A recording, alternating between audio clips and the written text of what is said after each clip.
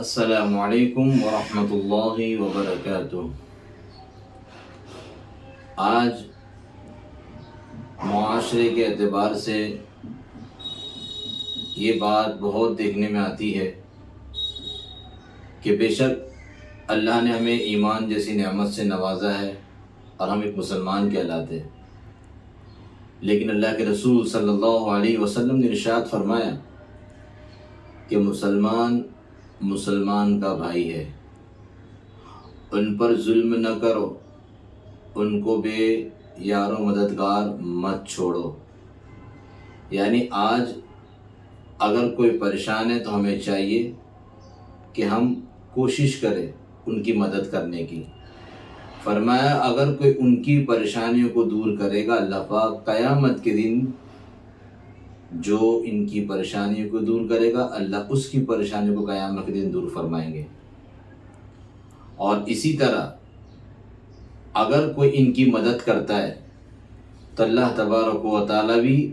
اس بندے کے لیے مدد فرماتے ہیں۔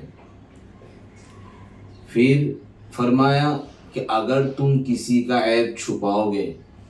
تو قیامت کے دن اللہ تبارک و تعالی تمہارے عیوب کو چھپائیں گے۔ کتنی اہم بات بتائی اس حدیث میں کہ انسان اگر کسی کی مدد کرتا ہے تو اللہ پاک اس کی مدد کرنے میں لگ جاتے ہیں،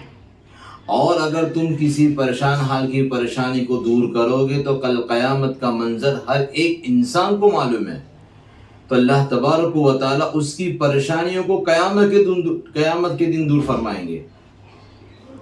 اور اگر کسی کے عیب کو چھپائیں گے، ظاہر سی بات ہے ہر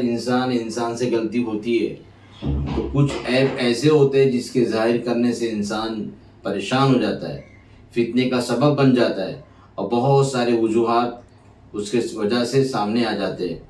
تو کچھ عیوب اور کچھ عیب ایسے ہوتے ہیں کہ جس کے چھپانے میں خیر ہوتی ہے، تو ہمیں چاہیے کہ عیب چھپانے کی کوشش کرے، تو قیامت کے دن اللہ تبارک و تعالی ہمارے عیب کو چھپائیں گے۔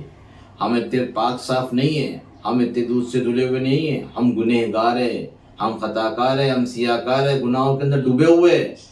کیا پتہ اللہ تبارک و تعالیٰ کو کون سا عمل ہمارا پسند آ جائے اور ہمارے لیے نجات کا ذریعہ بن جائے۔ تو ہمیں چاہیے کہ اگر کوئی پریشان ہے تو اس کی پریشانیوں کو دور کرنے کی کوشش کرے۔ اگر اللہ نے حالات اچھے بنائے، اللہ نے صاحب استطاعت بنایا، اللہ نے آپ کو مال والا بنایا، اللہ نے آپ کو دیا ہے، تو ہمیں چاہیے کہ دل کھول کر ان پریشان حالوں کی پریشانیوں کو دور کرو۔ قیامت کے دن اللہ پاک ہماری پریشانیوں کو دور فرمائیں گے۔ اور اگر کوئی ایسا بندہ ہے جو بیچارہ بے یار و مددگار ہے، کوئی اس کا پوسانے حال نہیں ہے، تو ہمیں چاہیے کہ ہم اس کے لیے مدد کرنے کے لیے تیار ہو جائے، اس کی مدد کرنے کی کوشش کرے، کیونکہ اللہ کے رسول نے فرمایا کہ مسلمان کا بھائی ہے۔ اگر ہم اس طرح ایک دوسرے کا خیال رکھیں گے تو کل قیامت کے دن اللہ تبارک و تعالی ہماری بھی لاج رکھیں گے، ہماری بھی ایک عزت ہوگی، کیونکہ آپ نے کسی کی پریشانی کو اللہ کے لیے دور کیا ہے، آپ نے کسی کی مدد کی، اللہ کے لیے اس کی مدد کی ہے، آپ نے کسی کا عیب چھپایا خالی اس وجہ سے کہ آج اگر میں اس کے عیب کو چھپاؤں گا تو کل قیامت کے دن اللہ تبارک و تعالی میری بھی عیب کو چھپائیں گے، کیونکہ وہاں میدان محشر کو قائم کیا جائے گا۔ ہر انسان آدم علیہ السلام سے لے کر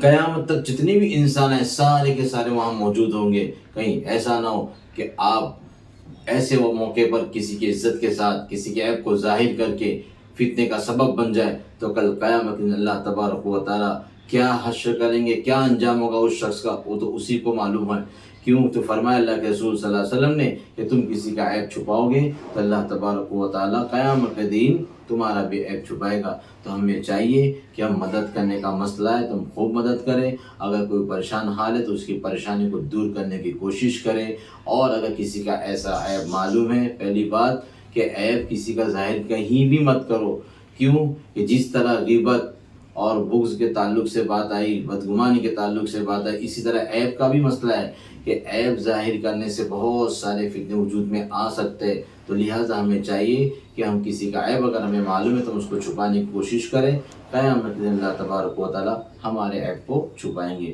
دعا کریں اللہ تبارک و تعالی سے کہ اللہ تبارک و تعالی ہم تمام لوگوں کو سچا پکا مسلمان بنائیں، اور ہم تمام لوگوں کو ایک دوسرے کی بھائی چارگی کے ساتھ زندگی گزارنے کی توفیق عطا فرمائیں۔ السلام علیکم ورحمۃ اللہ وبرکاتہ۔